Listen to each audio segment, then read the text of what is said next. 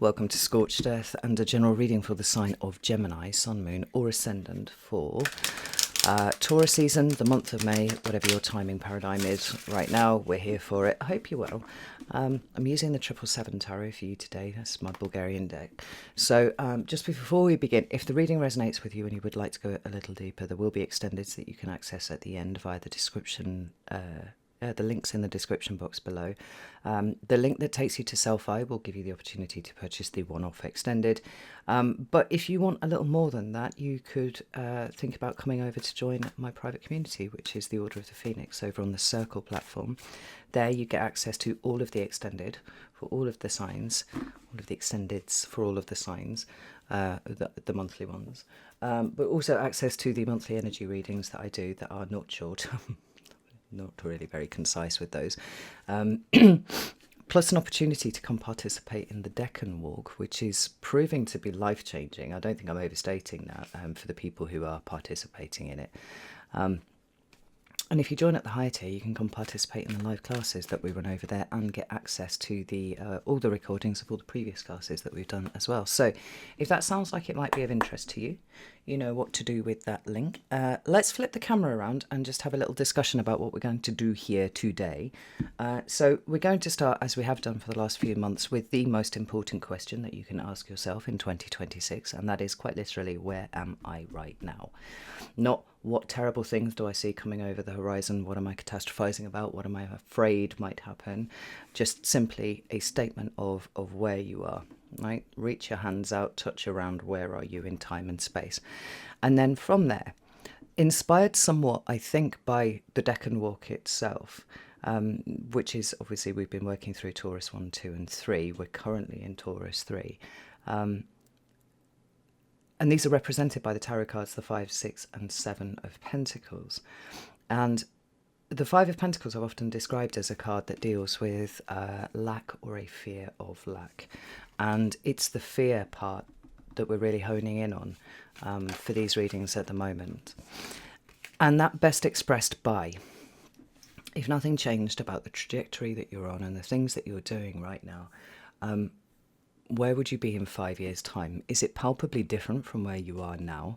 And, more importantly, is it acceptable to you? Now, we don't have the details. I mean, fuck knows what the world's going to look like by May 2027, right? But what I like about the 5s, as well as them being chaotic, right, so I kind of feel at home and comfortable there, is that they do give us an opportunity to change. In fact, they demand some sort of change. And then the 6 and the 7 are building on that kind of feeling that we identify initially, and then, you know, quite literally what we're going to do about it, because Taurus is an extremely resourceful sign. So we'll look at that in the middle, and then we will finish out with the second most important question that you can ask yourself in 2026, which is simply, what is the next step? We're not talking about grand plans. We're not talking about what you will do this time next year. We just need to know what the next step is. And so we'll look at that in the extended. We'll expand on that. You know, whatever's come up in the in this reading here, we'll work with that. So I hope that's acceptable for you. This is what I have. So let's start off with where Gemini is right now. Ace of Swords, 10 of Pentacles, lovely, and the 2 of Wands, with the Page of Wands at the bottom of the deck. And I don't know if the camera's going to pick up on it, but I'm covered in the most extraordinary goosebumps for some reason here for you. So movement, travel, contemplation of direction. These are things that are coming up for you at the moment. And can I share something else? And I just want to share it here now, just in case there's something that comes up in the you know, cards that follow hereafter. I got a very, very clear picture, which I don't usually do because I have aphantasia. I got a very, very clear picture when I did the meditation before I started your reading. And it was that meme of Matthew McConaughey from when he was in True Detective. You know, he's sucking on a cigarette really, really hard, and there's just this incredible intensity in his face. And hey, there's I just want to share that with you and park it somewhere, because I feel like it is going to come out somewhere. It might not come out until the extended, right? But there is that kind of furious intensity and that furious thinking for which I've forgotten what it says now. Rust. The character was known for, that Matthew McConaughey played so well. But let's come back to the present second. We have the Ace of Swords, glorious. This is your ace. We have the Ten of Pentacles, and we have the Two of Wands. And like I said, is that there is the preparation for movement here.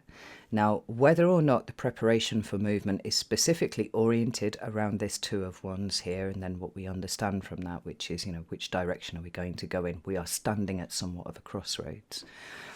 Or whether there is a kind of wider aperture that you're taking here, which is, and I say this because the Two of Wands is actually appearing at the end of the cards rather than the beginning. If it was at the beginning, we might say you are at a crossroads right now, and here you are trying to decide which is the one that best suits your, your new worldview, the way that your mind is working right now. I mean, Uranus has just entered your sign. He's been there for a scant couple of weeks. He's going to be there for years, and we can expect this to have a fairly significant effect on whatever placement you have in Gemini. Indeed, the whole house that is ruled by Gemini within your chart, right? It talks about upheaval and breakthroughs, and to some extent it is the kind of genius energy, right? That bolt from the blue that comes from nowhere, where you have this really good idea or you have some sort of mental breakthrough and you're like, oh, I get it now. For me, that's kind of like the essence of the Ace of Swords. Anyway, I'm kind of drifting around here, but my point being was that if you had started with the Two of Wands, then you would be looking for the direction that took you to this, which might be material fulfillment or a happy family energy or security, stability, all that sort of thing, via great ideas, good breakthroughs, new worldviews, new ways of processing information, right? That epiphany energy that we're talking about. But it's not come that way around, it's come the other way around, which makes it, to my mind, even more interesting, because we have breakthrough. We have that willingness to engage with quite literally the truth and integrity and all these things that the Ace of Swords represents.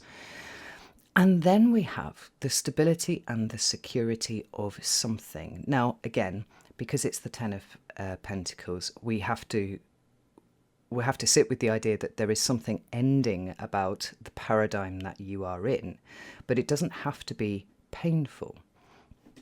Sometimes when we look at this card and we're talking about endings, particularly from a sort of family point of view, where the suffering can come in this, where change happens, something completes and we move to the next level of something. It's like empty nest syndrome. It's like, oh, the kids have moved out. What the fuck am I going to do with myself now? I've just spent the last 20 years, if nothing else, just used to their company and used to having somebody to care about who's in the house, and then they're not here. But sometimes it's just about a dynamic change.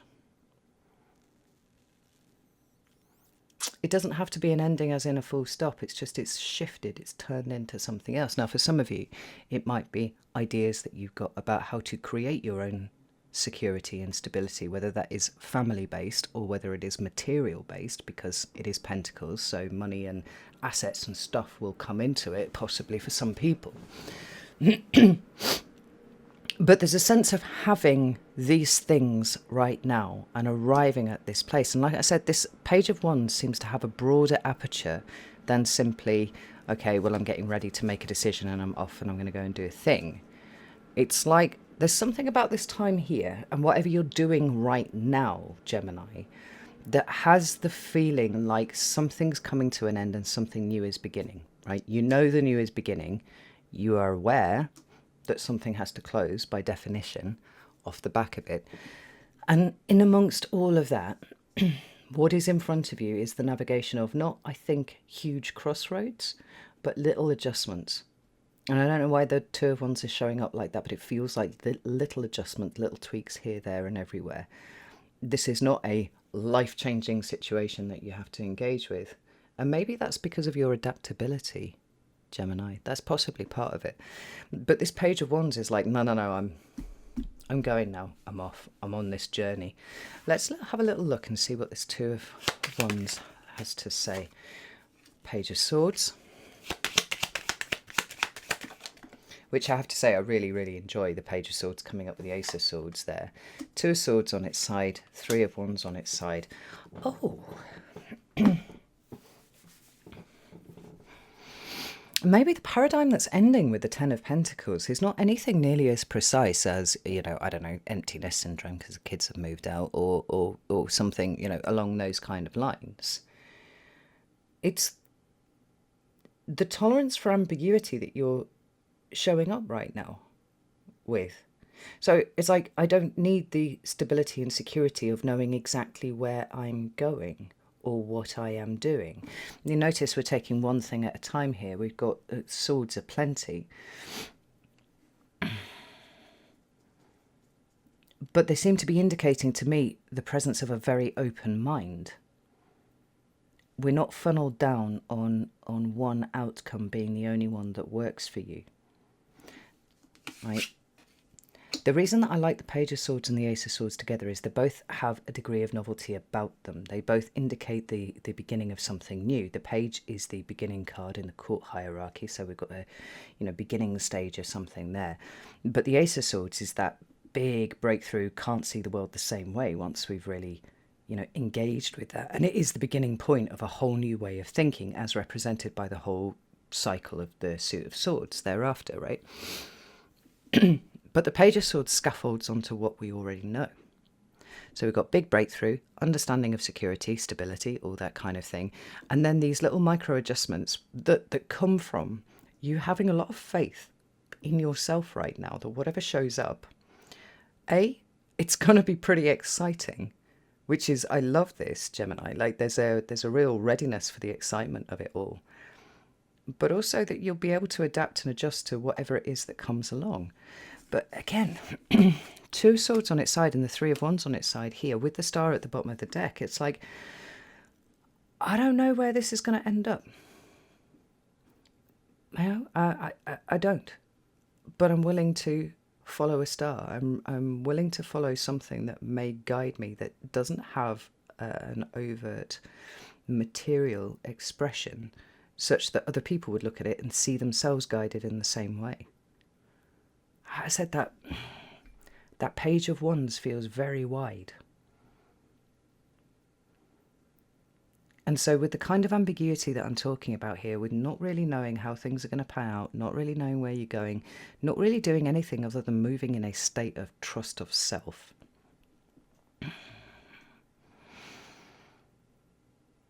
It's opened a path wide for you to have all sorts of experiences from which you can gain some truly extraordinary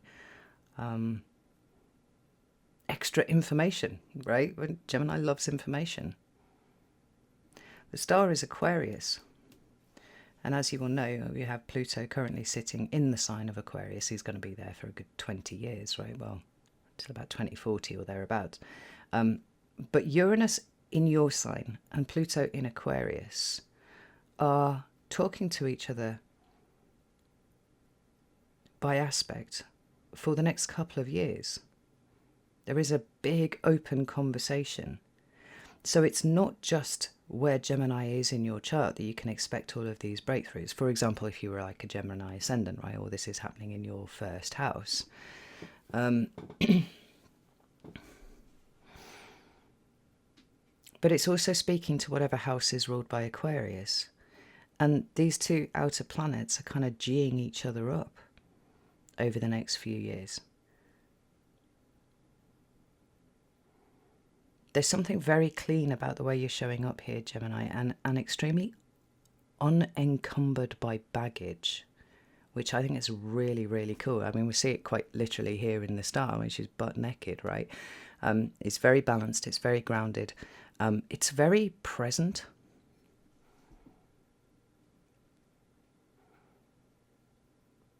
And dare I say it, you're feeling very ready. You're ready for an adventure. Oh gosh, I fucking love all of this. Right, let's have a look and see, where the issues might be for you. Right, Page of Swords. Okay, any issues for Gemini here? Knight of Wands,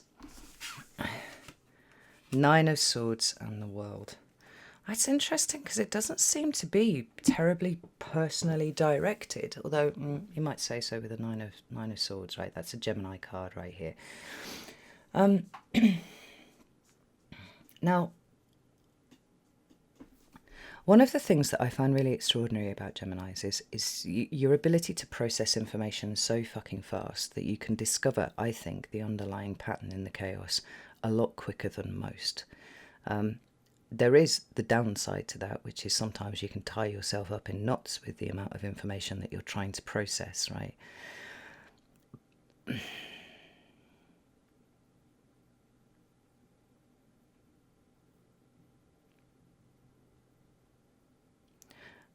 Yet, we've got another page here, Page of Pentacles. Page of Swords is coming out all over.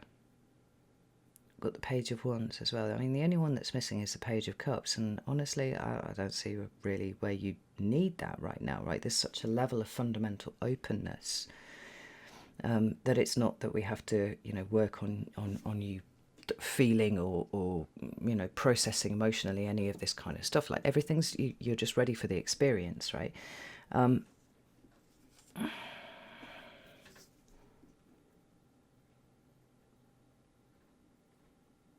The biggest issue for you seems to be oriented around other people. And I say that because the Nine of Swords is with the World card. Now, yes, the World does represent the end of the cycle of the major arcana, right? It's card number 22. Well, number 21, actually. But the cards run from like 0 to 21. So actually, 22 is the Fool again. But sometimes the World is quite simply that. It is the world. It is everything outside of you that you're kind of bumbling along within, right? So it's the framework of reality, but it is also everybody else that is occupying it. And more often than not, we would actually go to it being everybody else rather than everything else when we're talking about the world in that kind of way. And that Nine of Swords there,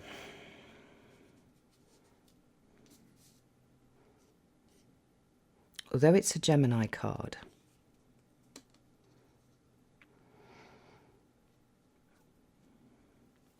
feels like it's riddled with a kind of sadness as to the way that everybody else is seeing things and everybody else is interacting with the moment.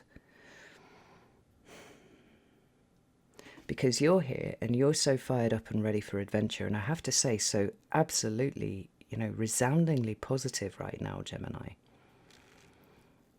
that I think that the biggest issue is kind of running up against people who would, as we would say in the UK, like seek to piss on your chips just to ruin the experience for you. And it's not deliberate. I want to be clear about that. People are not quite literally doing that to ruin your experience, but it's the sadness of recognition that other people can't see things the way that you do, and probably more importantly, don't want to see things the way that you do.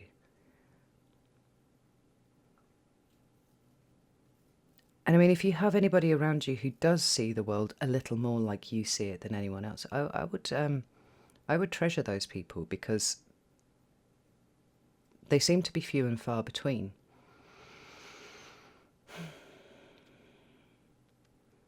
And what we can see from all of this is that there is a possibility that you might feel like you need to save or personally direct other people's point of view so that they can arrive at the place that you are. And I just don't think that's going to work, Gemini. And I think that could be a cause for, if you're not careful, just a feeling of, why the fuck do I even bother?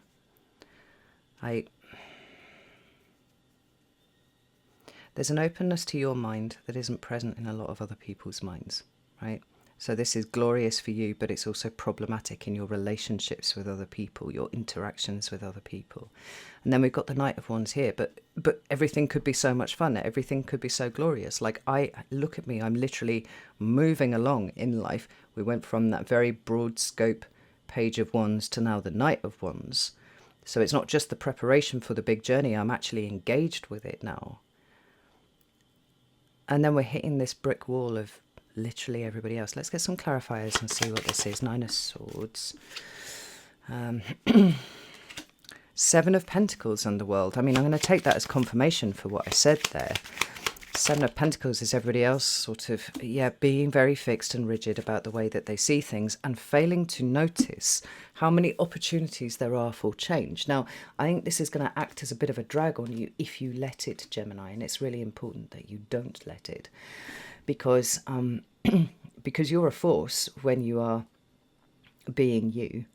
And it's not your responsibility to save everybody who drifts over your path, regardless of who they are, including even if they are family, because there is nothing so resistant as a mind that chooses not to see something. Right? You're really on a hiding to nothing with that one.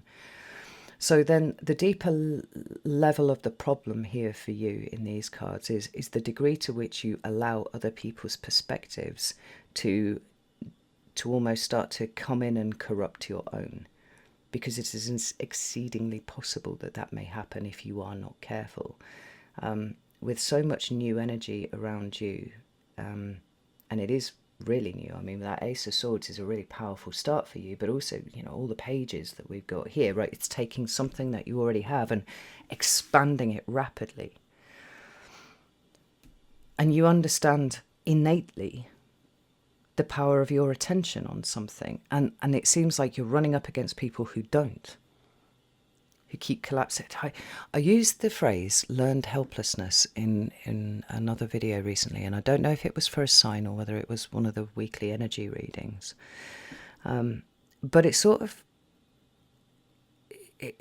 hangs on the coattails of a bigger message that has been coming through, which definitely was in the weekly energy readings, which is that it's getting easier and easier to see who your people are. And I don't mean, you know, those who share your ideologies or those who share your taste in music or any of those kind of, you know, normal crossovers. It's those who can tolerate ambiguity, live with uncertainty, and still find the beauty and the joy in experiencing new things right now. And those who are so fixed and rigid that all they can think about is what they don't have or what is going wrong. And the learned helplessness comes in because they don't feel like they can change it. Now, I guess what I'm warning against here is the possibility of other people starting to cause a bit of drag, right? And causing a bit of air resistance around you if you focus too much on them and trying to help them change. We're very much in a moment where it is not possible to, I don't think, just say the right words and have somebody finally fucking get it. I don't think we're in that place. I think people are having to come to this realization themselves, and then they will orient themselves towards somebody who does represent that light of new renewal, creativity, openness, all that sort of thing. They will come and find you. But in the interim period, you might find yourself surrounded by people who look at you as if you are a little bit batshit, Gemini. Wondering how the fuck it is that you can rustle up this positivity. Oh, fuck, it's another ace and page combination here. You have to be quite selective about whom you direct your attention towards.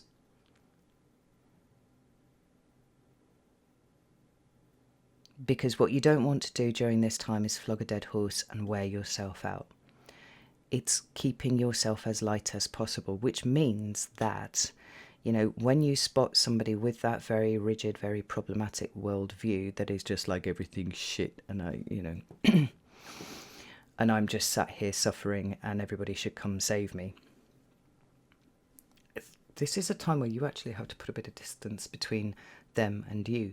Not because of any overt porosity on your part, but because you're fielding so much energy at the moment that if you let people clamp onto it, and I think there is the possibility that people might try, that they'll end up sucking that energy away from you. Does this sound a bit weird? This sounds a bit strange to me. I fully acknowledge that.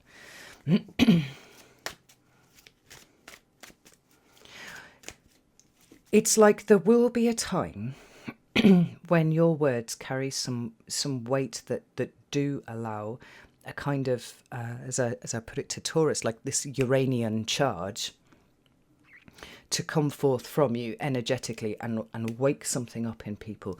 But right now isn't it. It's not that time. And so boundaries are really important, but also recognizing people's energy signatures really, really important too. And kind of navigating through that, not allowing yourself to stay in that one place with a very heavy energies for too long. To some extent, then really, really channeling the energy of Sagittarius here and being like, is this fun? Am I enjoying this? Is this good? No, fuck this. I'm away. I'm off. You know what I mean? I like the presence of the Knight of Wands here versus versus your Knight, which is the Knight of Swords, because the whole timbre of this would change if the Knight of Swords was there, and it would be like you have to shuttle this information around, you have to speak to as many people as possible, and deliver the word of joy and hope and all these kind of things. And this is actually saying it's not that. It's really not that this moment. It's be careful with your energy, but don't turn it down ever, right? You just got to be aware of and maybe that's as much the problem as anything else, right? You have to be aware of how big your energy is at the moment, Gemini, and then you have to be aware of what sits beyond that, right? What the reception to that is, and pick and choose where you put your attention, where you put your energy, and navigate through all of this, because it feels a little bit muddy until the point where you can pop out the other side, and then maybe this Knight of Wands will turn into a Knight of Swords, and then you can start sharing this. But sometimes we talk about the Page of Swords as being an information gatherer. He's picking up all of the information and then he passes it on to the Knight of Swords, and the Knight of Swords gets it to as many heads as possible. So the desire to continue that cycle, which works very, very well for you, is very, very strong at the moment. And yet the Knight of Wands is here to interrupt that, to say, no, this is not cool, this is not fun, I'm not feeling the expansion, or the potential for expansion here. I must continue away, I must move on. So let's just get one more card for these ones here. Yeah, there will come a point, and like I said, it's in the not too distant future, where you can start to do what you are built to do, which is to spread information as far and wide as possible and help people see things differently, right? Taking in multiple perspectives and finding a way to integrate those in a way that that really, really helps people. But I think so much of your energy will fall on metaphorical deaf ears at the moment that you run the risk of exhausting yourself before we ever get to that point. So just be really mindful and really, really discerning during this period, right? Let's have a look at the next step, please, for Gemini.